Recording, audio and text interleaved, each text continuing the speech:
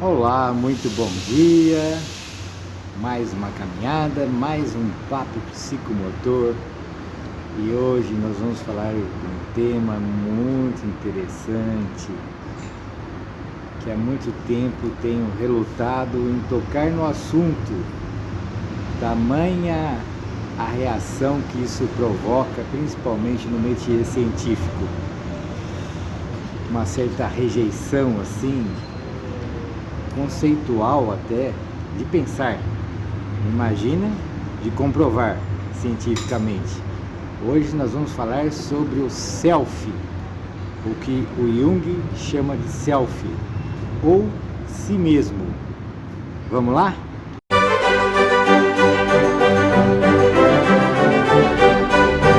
Então, hoje nós vamos colocar mais um elemento importante no nosso símbolo da estrutura do ser humano, integral. Nós vamos falar sobre o self, ou si mesmo, como o nosso grande mestre Carl Gustav Jung o chama. Eu também chamo de eu sou. Em contrapartida, não é o nome mais adequado, mas em relação ao eu estou. O eu estou seria o ego, seria a dimensão nossa, vamos chamar assim, operacional do ser de forma integral. Então, o eu estou, que é o ego, ele pensa nas coisas que ele vai fazer no dia a dia, as contas para pagar, o que precisa comprar, se alimentar, se divertir, coisas operacionais do dia a dia. E eu sou já está olhando com um olhar mais amplo, um olhar existencial. Ele está olhando ali, ou estaria olhando, né, para as questões teleológicas do indivíduo como um todo, a finalidade daquela existência, orientando os seus caminhos. Então, esse seria o eu sou, ou o self. Na nossa estrutura, nós teríamos então o corpo, o ego, já começando aí com a psique, né? O corpo físico, material, depois o ego, o inconsciente pessoal, o inconsciente coletivo, o self e o centro. Então, assim ficaria a nossa estrutura, agora completa, né? Do que seria esse ser de forma integral, o ser humano de forma integral. Vamos ver aqui o que o Jung fala nesse livro muito interessante.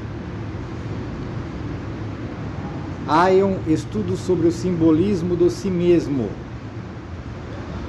Então ele fala assim: é evidente que o fenômeno global da personalidade não coincide com o eu, isto é, com a personalidade consciente. Então nós vimos até agora que nós temos dimensões conscientes e inconscientes, que é intermitente, às vezes nós estamos conscientes, às vezes inconsciente. Então, o ser de forma integral, em relação à nossa consciência, nós temos pouca consciência do ser de forma integral. A dimensão consciente e inconsciente é muito maior. Então ele está falando aqui, é evidente que o fenômeno global da personalidade, a individualidade, né, como um todo, de vida integral, não coincide com o eu. Lógico, o eu é só a pontinha do iceberg. Isto é, com a personalidade consciente. Pelo contrário, constitui uma grandeza que é preciso distinguir do eu. Então ele está falando aqui que é importante a gente distinguir aqui o self do eu. A gente está admitindo que o eu é uma dimensão pequena e o self é algo muito mais amplo, né? É evidente que o fenômeno global da personalidade não coincide com o eu. isto é, com a personalidade consciente.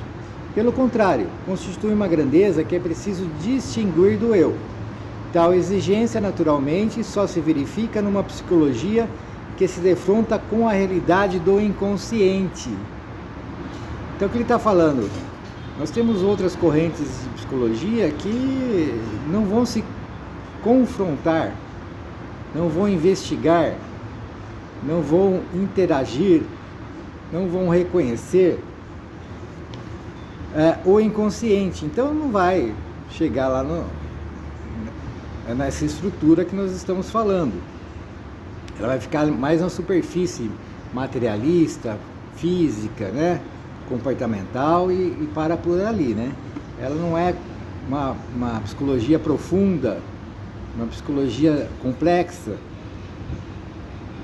Mas uma diferenciação dessa espécie, ele continua, é da máxima relevância para a psicologia. Até mesmo para a aplicação da justiça é importante saber se determinados fatos são de natureza consciente ou inconsciente. Como, por exemplo, quando se trata de julgar a respeito da imputabilidade ou não de um ato. O Jung trabalhou muito ajudando a justiça, né? A polícia e a justiça a desvendar crimes. Então ele está falando aqui uma questão prática aí da gente entender qual a participação num ato para a questão da imputabilidade, se ele foi de forma consciente ou de inconsciente, o quanto foi de cada um, né? Interessante. Mas vamos voltar lá. Por isso propus que a personalidade global, que existe realmente, que não se pode ser captada em sua totalidade, fosse denominada si mesmo, ou self, né? Por definição, o eu está subordinado ao si mesmo e está para ele assim como qualquer parte está para o todo. Nossa, legal nisso aqui, né? Então, aqui ele fala até, começa a dar uma introdução num outro tema interessante que é o paradigma holográfico, mas nós vamos ficar aqui que a gente tem bastante coisa para se divertir hoje em relação ao self. Bom, já vimos na estrutura como ficaria o self. Então nessa estrutura nós vamos pensar o seguinte: o centro ele não está restrito naquele símbolo que nós fizemos da mandala somente ao centro. O centro ali ele está, vamos chamar assim, em sua essência mais pura, mas ele interpenetra todo o resto. Ele interpenetra o self, o inconsciente coletivo, o inconsciente pessoal, o ego e o corpo. Da mesma forma, o self, aquela região, essa região que nós colocamos aí, ele também vai em direção à periferia da mandala e ele interpenetra todas as outras dimensões. Então o self interpenetra o inconsciente coletivo, o inconsciente pessoal, o ego e o corpo. Da mesma forma, o inconsciente coletivo, ele vai interpenetrando as outras faixas, né? As outras dimensões chegando até o corpo. O inconsciente pessoal da mesma forma, o ego da mesma forma que interpenetra o corpo e o corpo. Então, o que está no centro interpenetra tudo. O que está mais um pouquinho em direção à periferia interpenetra até a periferia e assim por diante. Então, o self, ele interpenetra todo o indivíduo. Então, todos nós temos uma estrutura que é o centro, que o Jung fala que é incognoscível, nós nada podemos falar sobre o centro, nada sabemos sobre o centro. Agora, do self, nós podemos falar da imagem psíquica que temos, que vamos formando sobre o self. Então, o self é um eu que eu chamo de eu sou, e o ego eu estou, né? O eu estou trata das coisas operacionais do dia a dia, o que eu vou comprar, o que eu fazer, tem hora para levantar, hora para trabalhar, essas coisas todas. E eu sou, ele olha de cima, vamos chamar assim, e fica vendo a atuação do eu estou, do ego. Eu estou porque ele está mesmo, né? Um dia o corpo morre e esse ego, essa composição ego-corpo já não vai mais ter essa composição, ele tem um tempo determinado, ele é efêmero. Agora o eu sou não, o eu sou já é, em tese, eterno. Eu fiz uma metáfora para poder explicar isso, porque nós professores ficamos buscando formas de explicar coisas difíceis de forma simples. Então, eu imaginei uma seguinte situação. Vamos imaginar que uma pessoa está entrando no shopping. Ela acabou de abrir a porta ali, está entrando no shopping. Nesse exato momento, tem alguém lá na segurança, lá em algum lugar, numa sala distante, diante de uma televisão, que capturou a imagem dela entrando no shopping. E esse segurança lá do shopping resolveu acompanhar essa pessoa o tempo todo que ela estiver no shopping. Então ele vai lá, acompanhando. E a pessoa que está lá, entrou no shopping, ela vai andando. Essa pessoa que está andando seria análogo ao ego, ao ego-corpo, ao eu estou. E o segurança que está lá na câmera seria análogo ao eu sou, ao self. Então, o segurança lá, que vamos dar o nome de self, ele está acompanhando o caminhar da duplinha corpo-ego. Duplinha corpo-ego vai andando, vai cumprimentando algumas pessoas, entra na loja, faz compras, dá risada, vai uma lanchonete, come alguma coisa, vai ao cinema e tal. E o segurança lá, o self, fica observando ela o tempo todo, vendo o que ela está fazendo. O self não julga ela, ele só observa. Então o self vai ver se o ego-corpo está fazendo coisas que condiz com a teleologia dela, qual a finalidade da existência dela, as coisas que elas estão fazendo que estariam de acordo ou não com ele, self. Coisas morais, diríamos. Ela está fazendo certo e errado. Então, diante do contexto do self, não é diante do contexto das normas sociais, diante do contexto do self, na perspectiva do self. Ele fica olhando lá o eu-corpo andando e fazendo coisas, vivendo. Ele só observa e vai dando algumas orientações e vai aparando arestas e vai direcionando o caminho, porque para o self interessa a experiência do eu estou e o desenvolvimento do eu estou, porque o eu estou é também o mesmo indivíduo do eu sou. Seria um indivíduo só, é um indivíduo na sua totalidade, que ele se expressa dessa forma: o self e o ego, o eu sou e eu estou, que é a duplinha corpo-ego. Então o eu, o self, o eu sou, o self ou o si mesmo, seria essa dimensão que para o ego é inconsciente, que vai dar orientações existenciais para aquela duplinha corpo-ego. Quando a pessoa lá que está no shopping, ela não tem nem ideia que tem um segurança lá olhando para ela. O segurança tem consciência dela e sabe tudo que ela está fazendo. Mas a pessoa que está passeando no shopping não tem a menor ideia que tem alguém olhando para ela, cuidando dela de certa forma. Então, pode ser que um dia essa pessoa que está caminhando no shopping comece a desconfiar que exista alguém que esteja lá, olhando por ela, cuidando dela, orientando ela. E daí comece a querer ter uma relação mais consciente com o seu eu sou. consciência de si mesmo, de sua própria estrutura, e começa a ficar atento a essas observações, a essas intuições que vêm do eu sou. No nosso trabalho psicomotor isso é muito bacana e é muito importante, porque quando você começa a dar conta disso e começa a aceitar que isso existe e começa a observar como que funciona isso na sua própria vida.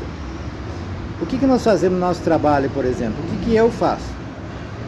Eu estou lá, por exemplo, num clube social, fazendo uma atividade super alegre na piscina, uma atividade psicomotora na piscina, na areia, estou jogando bola, nós estamos sorrindo, estamos rindo, estamos brincando, estamos nos divertindo, mas ao mesmo tempo eu tenho, assim, uma pequena, consciência de que também eu estou lá em cima observando, eu mesmo. A minha dimensão self. Então eu fico observando não só eu mesmo, como o aluno. Eu observo quais são as minhas reações diante daquilo que o aluno apresenta, como que aquelas coisas me tocam. Então vai me ajudando na minha autotransformação, no meu autoconhecimento, ao mesmo tempo que eu estou fazendo uma intervenção psicomotora. Porque eu sei que aquilo lá que tem naquele aluno lá, que eu estou conseguindo ver mais claramente, também tem em mim, de certa forma. Então, eu agradeço ao meu aluno por ele apresentar aquilo, porque está me dando a oportunidade de reconhecer ele em mim, para que eu possa me conhecer melhor e me desenvolver mais a cada aula, a cada intervenção, a cada sessão psicomotora. E vou observando não só eu como o aluno de cima. Então é como se eu estivesse duas consciências, que na verdade é uma só, mas duas com perspectivas diferentes. Então uma perspectiva lá do ego, corpo, me diz o que eu tenho que fazer, o que eu tenho que brincar, o que eu tenho que fazer, pular pra cá, pegar tal material, tempo, acabou a aula, acabou a intervenção, E lá de cima eu estou observando o desenvolvimento do aluno, eu estou entendendo ele melhor, eu estou vendo ao mesmo tempo como aquele aluno me afeta, como ele toca em conteúdos que eu preciso trabalhar em mim. E olha só, sem julgamento, o self não julga. É interessante isso, uma característica do self. Então, esse é um tema no campo da ciência muito polêmico, mas não é em outros campos.